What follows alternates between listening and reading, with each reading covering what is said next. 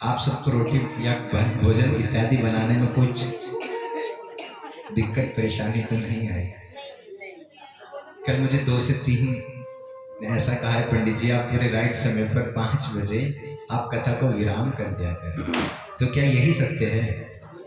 बता दें आप मेरे को। एक दो जने ऐसा कह रहे हैं हम तैयारी कर लेते हैं, और कुछ कह रहे हैं पंडित जी तैयारी तो हम उसी समय करते हैं। अब देखिए कथाएं तो अनेक हैं। जब मैं आप सबके बीच में बैठता हूँ ना, बड़ा आनंद आता है आप सबको कथा श्रवण कराने में, इसलिए समय नहीं पता चलता। कुछ कह रहे हैं आप? नहीं है ना?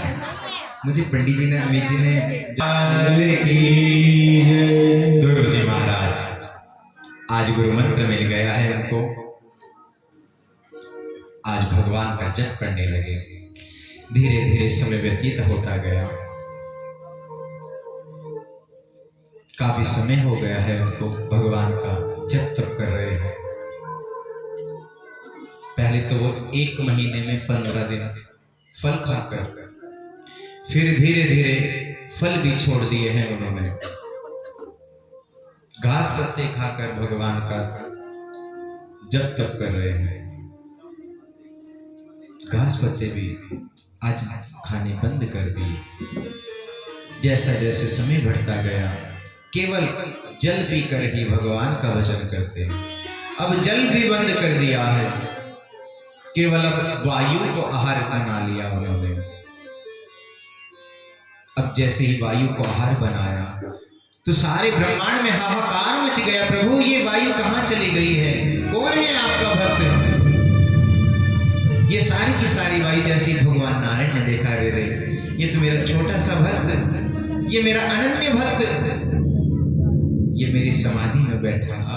आनंद आ रहा है प्रभु नारायण का। नारायण भगवान साक्षात प्रकट हो गए हैं ध्रुव जी के सामने। जैसे ही आज नारायण भगवान प्रकट हुए, नारायण भगवान देख रहे हैं, अरे मैं इसके समक्ष खड़ा हूं, ये मेरी पूजा कर रहा है और ये आंखें खोलकर भी नहीं देखता कि मैं इसके सामने खड़ा हूं। मुझे पाने के लिए इसने जप तप किया है, ऐसी कैसी समाधि लगाकर बैठा है। जैसे भगवान ने अंदर आकर देखा ये तो साक्षात चतुर्भुजी नारायण भगवान के रूप का दर्शन कर रहे हैं। भगवान ने जैसे ही वहां से अदृश्य हुए, उनके हृदय के दर्पण से अचानक से चटपटाकर आंखें खुली ध्रुव जी महाराज की। देखा साक्षात भगवान नारायण के दर्शन हो रहे। चतुर्भुजी नारायण भगवान शंख चक्र पदम लिए हुए, वरमाला पहने हुए भगवान नारायण साक्षात प्रकट हो गए। बोले नारायण भगवान की। नारायण भगवान को देखकर दंडवत प्रणाम किया। भगवान नारायण ने कहा, बालक मैं आपकी सेवा से बड़ा प्रसन्न हूं, वरम को ही वरदान मांग लो। हम मन में विचार कर रहे हैं। मैंने अपनी माता जी से ये पूछा था कि मैं अपने पिता की गोद में कैसे बैठूंगा, उन्होंने कहा परमात्मा की गोद में बैठना। लेकिन मैंने ये नहीं पूछा अगर परमात्मा मिलेंगे तो मैं उनको प्रणाम कैसे करूंगा, मैं उनकी स्तुति कैसे करूंगा। ये मन में जो विचार करें भगवान नारायण समझ गए।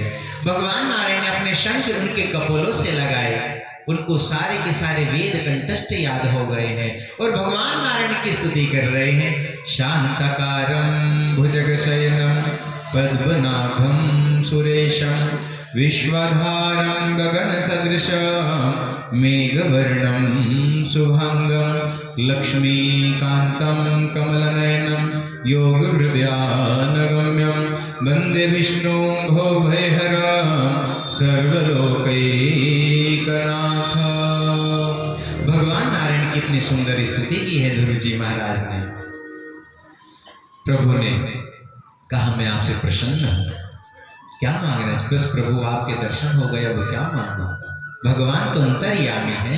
हमने आपको बताया प्रभु से मांगने की कोई आवश्यकता नहीं है। प्रभु सब जानते हैं आपको क्या चाहिए।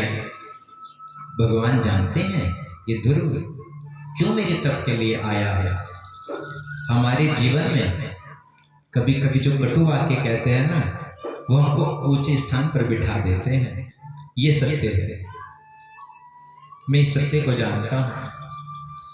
आज नारायण भगवान ने अगर यहाँ पर बिठाया है तो एक सत्य है इसमें। तो जैसे ही भगवान नारायण ने पुकारा, बोले लक्ष्मी नारायण भगवान की जय।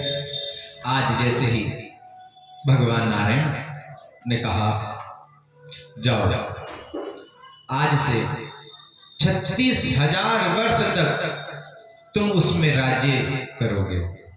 आज भगवान नारायण को साक्षात दर्शन दिए हैं नारायण भगवान ने ध्रुव जी महाराज को, और भगवान अदृश्य हो गए। अदृश्य जब भगवान हो गए हैं तो आज ध्रुव जी महाराज अपनी नगरी की ओर आ रहे हैं।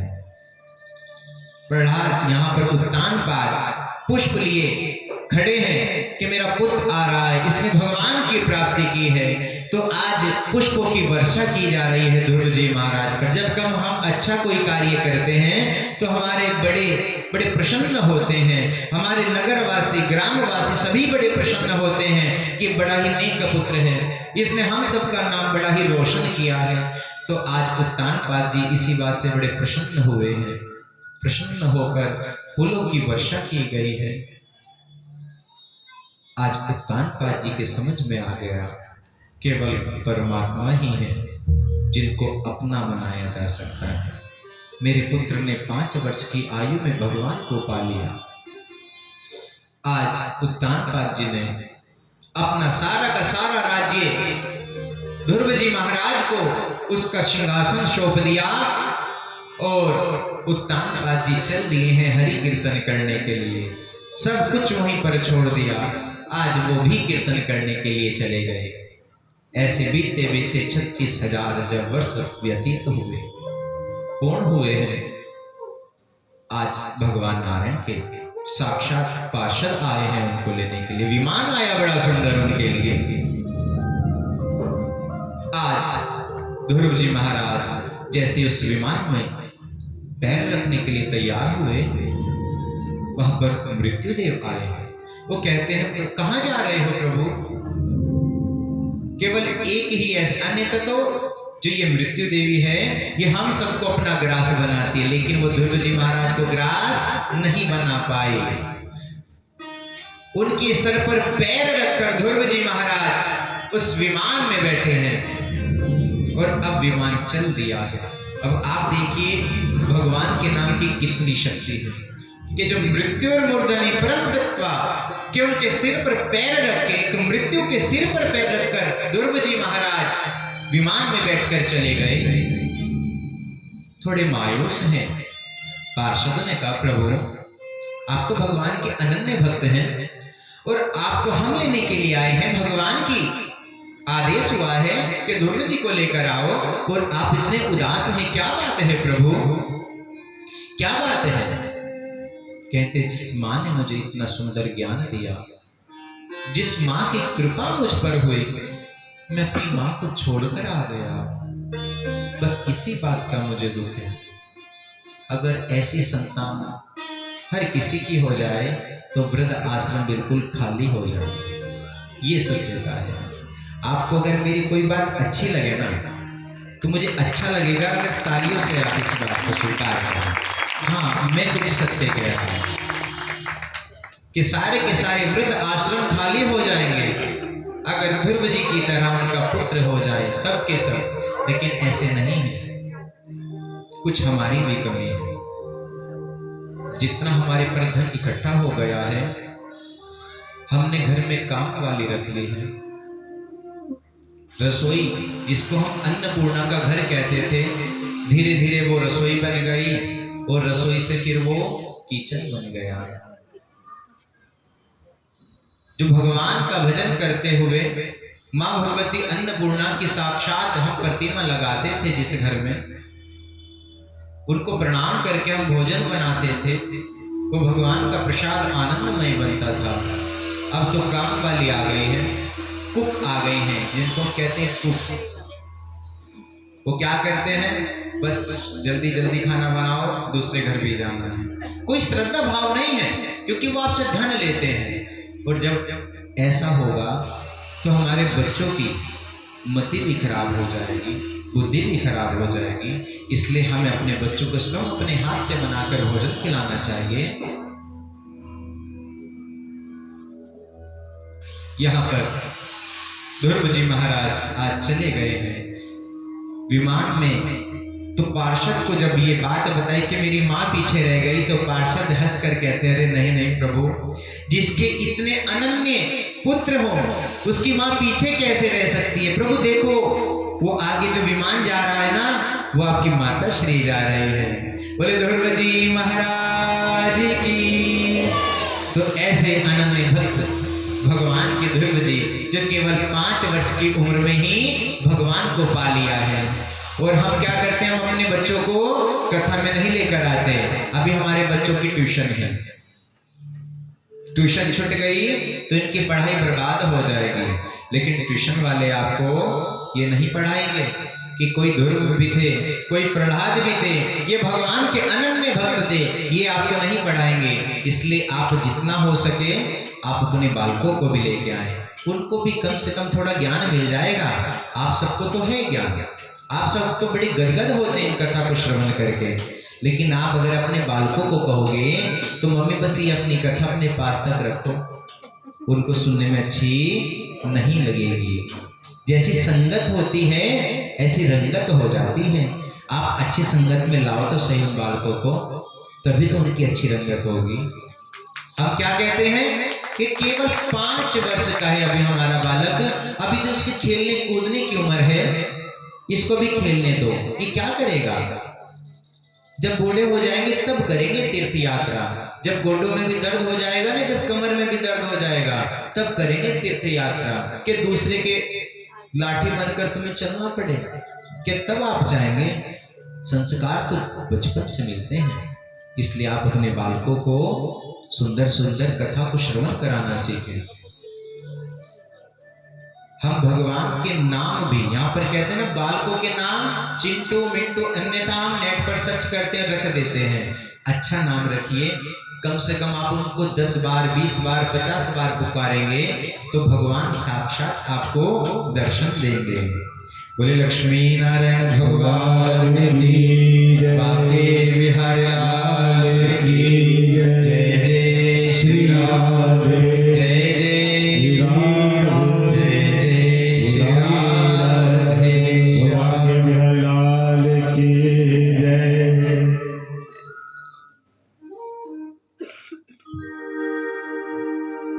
उस प्रभु की है कृपा बड़ी, नाम जप ले घड़ी दो घड़ी, अरे टूट जाएगी अमृत कड़ी, नाम जप ले घड़ी दो घड़ी। आइए ताली से आओ करते हुए घड़ी।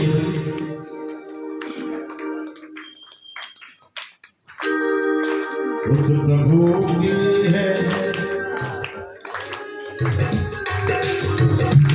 उस प्रभु की है कृपा बड़ी, नाम जप ले घड़ी दो घड़ी, उस प्रभु की है कृपा बड़ी, नाम जप ले घड़ी दो घड़ी। आप लोगों को भी बोलना है, ताली की सेवा आप लोगों की बराबर।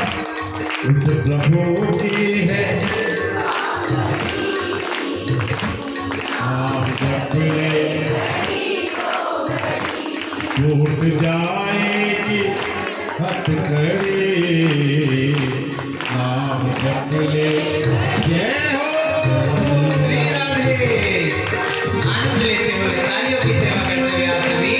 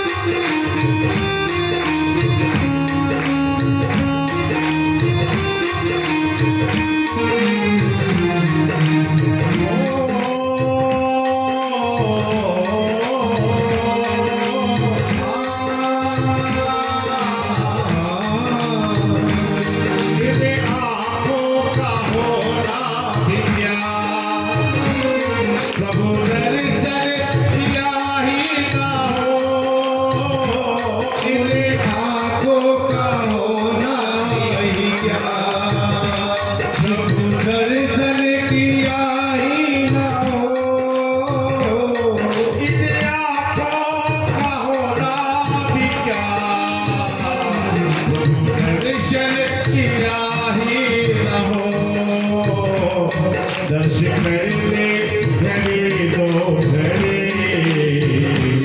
टूट जाएगी जब हथकड़ी उस प्रभु की है महिमा बड़ी नाम जप ले घड़ी दो घड़ी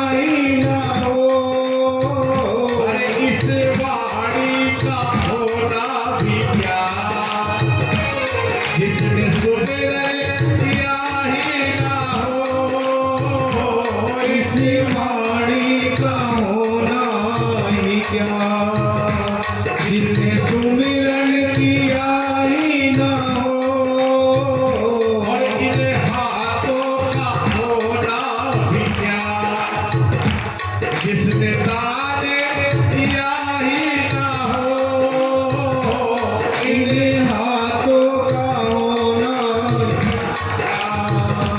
जिसने ताने किया ही ना हो अरे इन पैरों का होना भी क्या जो मंदिर गया ही ना हो इन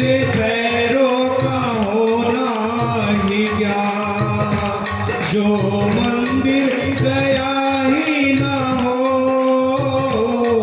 इन पैरों का होना भी क्या जो मंदिर गया ही ना हो मंदिर चले घड़ी दो घड़ी टूट जाएगी जब हथकड़ी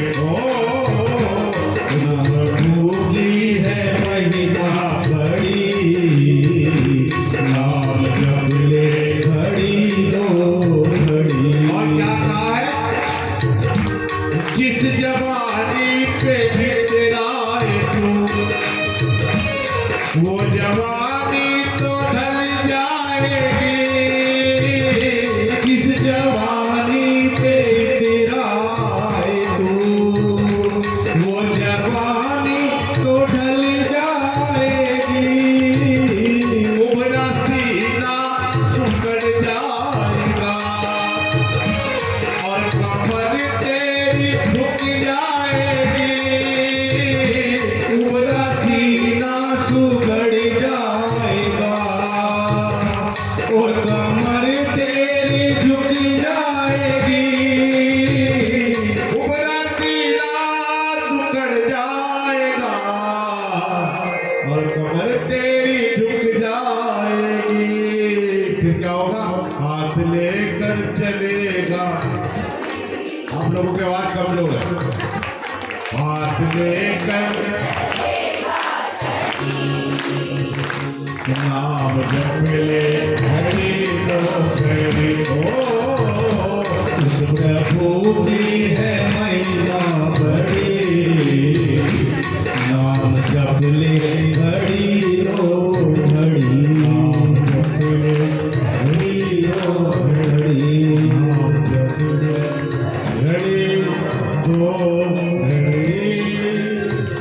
बोली बाके बिहारी लाल की हमारे भैया ने बड़ा सुंदर भाव आपके सामने रखा, इसलिए आप अपने समय को ऐसे नहीं व्यतीत करें। भगवान का कीर्तन, भगवान का भजन, बस इन्हीं का आश्रय ले लें, क्योंकि जो भगवान को पकड़ लेते हैं फिर उसको संसार को पकड़ने की आवश्यकता नहीं होती। अधिक से अधिक आप अपने जीवन में कुछ कमाना चाहते हैं तो पुण्य कमाएं आप। आइए आगे चलकर उत्तानपाद की तो हमने आपको कथा श्रवण कराई। राजा परीक्षित सुखदेव जी महाराज से कहते हैं, प्रभु आप हमें प्रियव्रत की कथा भी श्रवण कराएं। ये प्रियव्रत कौन है, कैसे हैं? प्रियव्रत बड़े ही प्रतापी राजा हुए और बड़े ही यशस्वी हैं। इन्होंने देखा कि रात होती है और रात्रि जब हो जाती है तो ये सब के सब सो जाते हैं, सोकर अपना सारा का सारा समय खराब कर देते हैं। मैं रात होने ही नहीं दूंगा। एक तेजोमय रथ का उन्होंने वहां पर पदार्पण किया है। तेजोमय एक रथ, वो इतना तेज है और उस पर बैठकर पृथ्वी की परिक्रमा लगाने के लिए चल पड़े हैं। और जैसे ही पृथ्वी की परिक्रमा 1 नहीं 2 नहीं 3 नहीं 7 दिन हो गए हैं, परिक्रमा लगा रहे हैं। ब्रह्मा जी ने देखा कि रात्रि क्यों नहीं हो रही है, ये इतनी चमक ऐसी क्यों बनी हुई है। तो ब्रह्मा जी ने देखा, अच्छा ये तो प्रियव्रत है। ब्रह्मा जी आज उनके पास में आए, ये क्या कर रहे हो आप, ऐसा नहीं करना चाहिए आपको। सृष्टि के साथ में कभी भी खिलवाड़ नहीं करना चाहिए। अगर आप सृष्टि के साथ खिलवाड़ करेंगे तो फिर वो भी आपके साथ खिलवाड़ करेंगे। आप तो थोड़ा बहुत करते हैं, वो तो अस्त व्यस्त कर देगी। आप सबको बताएं केदारनाथ जी में 2013 में कैसी त्रासदी आई है, कोई भूला नहीं। जो उस समय वहां पर प्रत्यक्ष रूप में देख रहा था वो तो जाते हुए भी सोचेगा, क्योंकि हमने अपने तीर्थ स्थानों को पिकनिक का एक आश्रय बना लिया है। जिस बद्रिका आश्रम में आप श्रीमद् भागवत कथा में श्रवण करते हैं, जितने भी तप किए हैं सबके सब बद्रिका आश्रम में जाते थे, और हम छुट्टी मनाने के लिए बद्रिका आश्रम में जाते हैं। इसलिए हमें ये पिकनिक बनाने का नहीं, ये तो परमात्मा को पाने का आश्रय है। इसलिए हमें ऐसा नहीं करना चाहिए। ब्रह्मा जी इस प्रकार से प्रियव्रत जी को समझा रहे हैं और उनकी समझ में आ गया, प्रभु जो आ गया मुझे क्षमा करें, मैं ऐसा नहीं करूंगा। आज इनको समझाया है। आगे चलकर इन्हीं में प्रियव्रत के ने 7 द्वीप और 7 सागर की रचना की है और वैरागी को चले गए हैं प्रियव्रत जी। यहाँ पर इनके पुत्र को अधिपति दीपों का बनाकर जम्बूद्वीप, इसके अधिपति अग्नीद बने हैं। उनके आगे 9 बेटे हुए हैं और 9 खंड हो गए और उन्हें कर्म से बांट दिया गया है। अजनाब खंड, जो ये हमारा भारत देश है, सर्वप्रथम इसका नाम अजनाब खंड था, तो इन्हीं के भरत हुए हैं। इन्हीं से इसका नाम पड़ गया है भारत देश। बोले भारत माता की। ऐसे भी कोई वीर पुरुष होते हैं जिनके नाम से पूरा विख्यात हो जाए। हम तो छोटी छोटी कॉलोनी तो भले ही बनवा सकते हैं, लेकिन शहर भी अपने नाम नहीं करा सकते। किया था कुछ मुगलों के, जब उनका शासन था तो उन्होंने सब अपने ही नाम से करा दिए, ये हमारे दादा, ये हमारे पोते, ये हमारे बेटे। लेकिन हमारे योगी जी और मोदी जी आए, उन्होंने सब के सब नाम चेंज करा दिए हैं। यही सत्य है ना। इसी प्रकार से आगे इनके यहाँ पर अजनाब खंड, इनके नाभि थे और मेरे देवी से इनका विवाह हुआ है। इनके यहाँ कोई संतान नहीं है। इन्होंने एक पुत्रेष्ठी यज्ञ कराया कि कोई संतान हमारे यहाँ पर हो जाए। ब्राह्मणों को बुलाया गया, ब्राह्मण आए हैं। देखिए हर जगह यहाँ पर ब्राह्मण की विशेषता बताई गई है। आप सब भी, जब आपके यहाँ पर कोई शादी विवाह होता है, आप सब भी ब्राह्मणों को बुलाते हैं। लेकिन ब्राह्मणों का हर कोई सम्मान नहीं करते। ये अच्छी बात नहीं है, ये सत्यता है, आप इसको नहीं ठुकरा सकते। आपके बेटे की या आपकी बेटी की जब शादी होती है, आप लाखों करोड़ों रुपया खर्च कर देते हैं। जब पंडित जी आते हैं ना, तो पंडित जी को दक्षिणा देने में आप क्या कहते हैं? पंडित जी आप 1 घंटे बैठे और इतनी सारी दक्षिणा मांगते हो आप, ये अच्छी बात है आपकी। अरे ब्राह्मण कर्म करता है, और क्या कहा जाता है ब्राह्मण देवताओं को? प्रभु दक्षिणा तो श्रद्धा की होती है। श्रद्धा तो आप अपने मंदिर में आके जो पंडित जी की थाली में चढ़ाते हैं ना, श्रद्धा तो केवल वहां तक है। जब आप पंडित जी को बुलाते हैं वहां पर श्रद्धा नहीं होती। जो पंडित जी ने कर्म किया है उसकी दक्षिणा दी जाती है। इसलिए यज्ञ की पत्नी का नाम भी दक्षिणा है। जैसे यज्ञ भी पत्नी के बिना पूर्ण नहीं होता, दक्षिणा के बिना पूर्ण नहीं होता, इसी प्रकार से दक्षिणा के बिना कोई भी हमारा यज्ञ सफल नहीं होता। इसलिए हमें अपनी इस प्रवृत्ति को बिल्कुल चेंज करना चाहिए। बच्चों को भी समझाना चाहिए कि ऐसा नहीं करना चाहिए। बैंड बाजा नहीं होगा, शादी हो सकती है। बैंड बाजा नहीं होगा, शादी हो सकती है। बैंकेट हॉल नहीं होगा, शादी हो सकती है। आपके सगे संबंधी नहीं आएंगे तब भी शादी हो सकती है। अगर पंडित जी नहीं आएंगे तो आप बताएं शादी हो सकती है या नहीं हो सकती है? क्या ये सत्य है?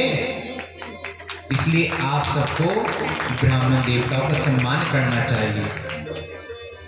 जब भगवान, आपको पता है रुक्मिणी जी जब परेशान थी, मन ही मन में भगवान कृष्ण को अपना पति के रूप में समझ लिया, तो एक ब्राह्मण देवता पर उन्होंने विश्वास किया है और ब्राह्मण देवता के हाथ एक पत्र भेजा था। और भगवान कृष्ण भी ब्राह्मणों का बड़ा सम्मान करते हैं। इसलिए जब हमारे कृष्ण करते हैं, जिसकी कथा को हम श्रवण करते हैं, भगवान श्री राम भी ब्राह्मणों का इतना सम्मान करते हैं, तो क्या हम सब नहीं कर सकते?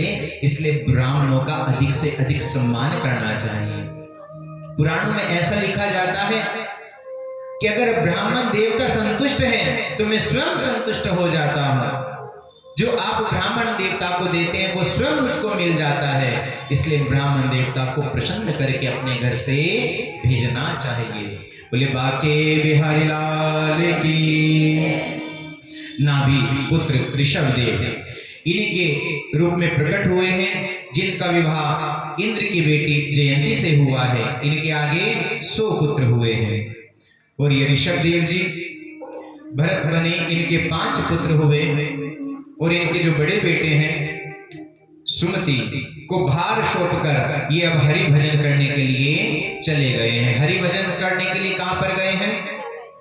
मुक्ति क्षेत्र गंडकी नदी नेपाल में जो बहती है, वहां पर साक्षात भगवान नारायण विराजमान रहते हैं उस गंगा जी में। आज वो वहां पर हरि का भजन करने के लिए चले गए हैं। ऋषभ देव जी आज हरि का भजन कर रहे हैं। धीरे धीरे 24 घंटे में 18 घंटे 20 घंटे वो हरि का भजन करते।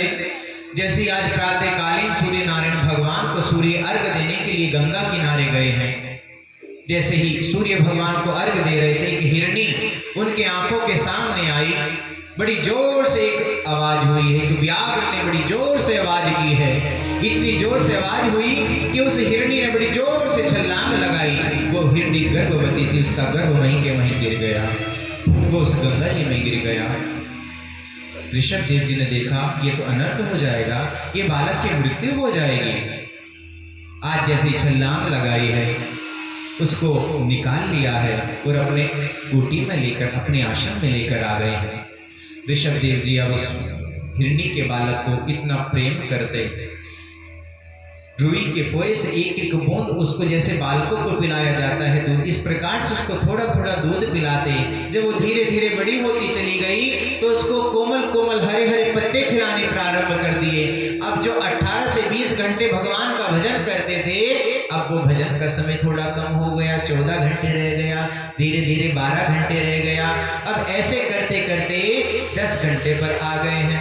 जब भी हरि का भजन करते, जब भी हरि नारायण का ध्यान करते, तभी वो हिरणी का बच्चा कभी इधर चढ़ जाता, कभी इधर चढ़ जाता। फिर उसको डांट देते, तुम सामने बैठ जाओ, समझ जाता, शांत होकर बैठ जाता। जैसे ही आज ऋषभदेव जी एक दिन भगवान का भजन कर रहे थे, आंखें बंद करके, बहुत सारा हिरणी का झुंड जा रहा था। उसने देखा मैं ऐसे ही यहाँ पर इनके पास बैठा, देखो मेरे तो ये हैं, ये हूबहू मेरे जैसे लगते हैं। आज उनको छोड़कर वो उनके संग में जाके चला गया है। जैसे ही उनकी आंखें खुली, देखा अरे कहाँ गया ये बालक, सारे में ढूंढ रहे हैं। बस इतना ढूंढ रहे, इतना प्रेम हो गया उनसे कि अंत समय में भी उस हिरणी के बच्चे का ही ध्यान रहा है। अंतमति सुगति, अंत में जिसकी जैसी मति होती है उसकी ऐसी ही गति होती है। बोलो जय जय श्री राम, जय जय जय जय श्री राधे श्याम। अंत समय में भी हिरणी का ध्यान किया, अगले जन्म में फिर हिरणी बन गए वो भी। लेकिन हम जो पुण्य करते हैं वो हमें अवश्य मिलता है। पिछले जन्म का पुण्य हमें इस वर्ष में अब जन्म में मिला है और इस जन्म का अगले जन्म में मिलेगा, ये सत्य है। उनको सब कुछ व्यतीत था कि मैंने हिरणी का ध्यान किया, इसलिए मुझको भी हिरणी बनना पड़ा है। अंत समय हिरणी का भी आ गया, प्राण त्याग दिए हैं। अब यहाँ पर अंगिरा ऋषि के यहाँ पर एक ब्राह्मण के घर में उनका जन्म हुआ है। उन ब्राह्मण देवता के 8 पुत्र हैं। 7 पुत्र बड़े ही अच्छे ज्ञानी, वेद अध्ययन करना, पूजा पाठ करना जैसे पिताश्री करते थे, उन्हीं के पग चिन्ह पर चले हैं। लेकिन अब वहां पर इनका नाम रखा गया भरत जी। भरत जी ने देखा मैं भी अगर इनकी तरह पूजा पाठ करना प्रारंभ कर दिया तो मैं भी इस प्रपंच में ही लगा रह जाऊंगा, क्योंकि पिछले वर्ष में मैंने हिरणी का ध्यान किया, मुझे हिरणी बनना पड़ा, इसलिए मैं ऐसा कुछ नहीं करूंगा। बिल्कुल मौन रहते हैं वो। अब उनके पिताश्री उनको विद्या अध्ययन करने के लिए भेजा गया कि कुछ ये पढ़ लेगा कामयाब हो जाएगा। हर माँ बाप की इच्छा होती है कि हमारा पुत्र कुछ पढ़ लेगा, कामयाब हो जाएगा और कहीं ना कहीं अपने लिए, हमारे लिए नहीं, अपने लिए तो कुछ कमा कर खा लेगा। लेकिन भरत जी तो आनंदमय अंतरात्मा से हरि का भजन करते रहते। जब उनको विद्यालय में भेजा गया, गुरु जी ने कहा ये आपका पुत्र कुछ नहीं पढ़ता, इसको जो कुछ भी पढ़ाया जाता है इसको कुछ याद नहीं होता। तो पिताजी ने इनका नाम रख दिया जड़ भरत, कि तू तो जड़ बुद्धि है, तो इनका नाम जड़ भरत रख दिया गया। अब पिताजी तो इनकी सोच सोच में प्रभु को प्यारे हो गए, माताजी भी प्रभु को प्यारे हो गई। अब इनके जो 7 भाई हैं वो सब अपने अपने कार्य में लगे रहते हैं, खेती भी है इनके यहाँ पर। अब भाभी, जो भरत जी की भाभी है, वो कहती है आप इनको कुछ काम में क्यों नहीं लगाते, ये हर समय घर में ही पड़े रहते हैं, ये अच्छे हट्टे कट्टे, इनको काम में क्यों नहीं लगाते हो तुम। अब कोई भी हो ऐसा, कब तक खिलाएगा कोई। जब तक माता पिता है तब तक ही बच्चों का सम्मान होता है, जब दूसरे के अधीन हो जाए तो भगा देते हैं। उन्होंने कहा इसको कहीं और छोड़ दो। अब जहां पर उनका खेत है वहां पर एक झोपड़ी बनी हुई थी, आज उनके भाई उनको वहां पर छोड़कर आ गए और भरत जी तो बड़े आनंदमय हो गए। चलिए अब इस प्रपंच से भी मैं छूट गया हूं, अब ये मोह माया भी मेरा कुछ नहीं करेगी, अब तो वहां आराम से एकांत में हरि का भजन करूंगा। अब वहां पर कुछ दाने बोए गए हैं, दाने बोए गए और भाई ने कह दिया है उनको आप इनका ध्यान रखना, कोई भी चिड़िया इत्यादि ना इसको चुगले। अब क्या देखते हैं वहां पर, जड़ भरत जी ने देखा एक सुंदर सी छोटी सी कोमल सी चिड़िया आई, धीरे धीरे आते आते एक झुंड लग गया है और वो दाना चुग रही है। जड़ भरत जी क्या देख रहे हैं, ये मेरे प्रभु राम आए हैं, मेरे प्रभु श्याम आए हैं। राम जी की चिड़िया, राम जी का